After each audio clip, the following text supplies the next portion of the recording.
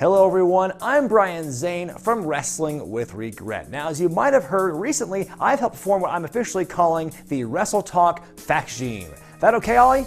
No. Great. Luke? No. Fantastic. Now that this alliance is formed on YouTube, it's got me thinking about one of the best of its kind that came before this, that being the alliance between WCW and ECW.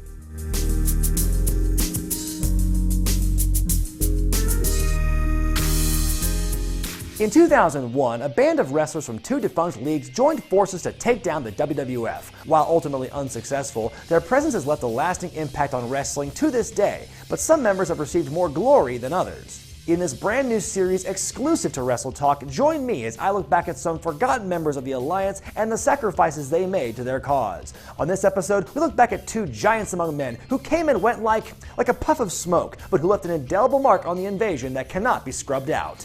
This is Kronik. The two men who had formed Kronik came from troubled, violent beginnings. Brian Clark was a survivor of a nuclear disaster, and Brian Adams, a biker gang leader and former member of a black militant group. It's best you don't ask questions. When Kronik formed in WCW in the year 2000, the two men blazed through their competition, squeezing them tight as if they were like roaches. Holding in the pressure of success but never choking, the two would hold the WCW tag titles on 2 occasions and were on a very soothing high. After the WCW buyout of 2001, Kronik lay in wait until the time was right. And I guess according to an inexplicably black-haired Steven Richards, that time was just before the angle ran its course. Like a true strategist. Kronik stormed the beaches of Stamford in early September, costing The Undertaker and Kane their WWF Tag Team titles. Revenge was on the menu at Unforgiven in a battle for the WCW tag belts. Then, as they say, the bell rang.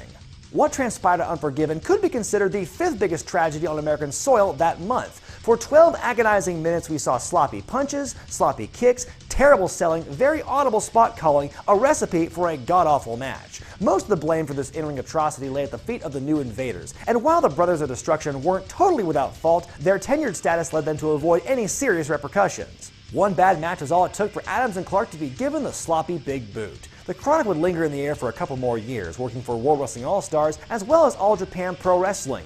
The two eventually retired due to injuries in 2003, and considering their last match as a team was against Goldberg and the Great Muta, I think there may be a connection there. Adams would sadly pass away due to an accidental overdose 4 years later at the age of 43.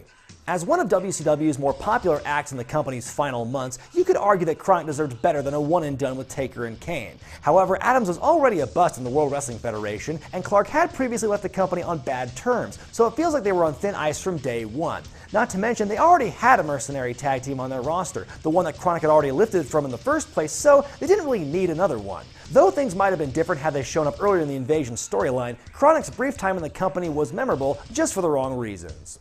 Well, that's going to do it for this week's episode, folks. Join me next time as we look back at even more forgotten and misguided members of the Alliance.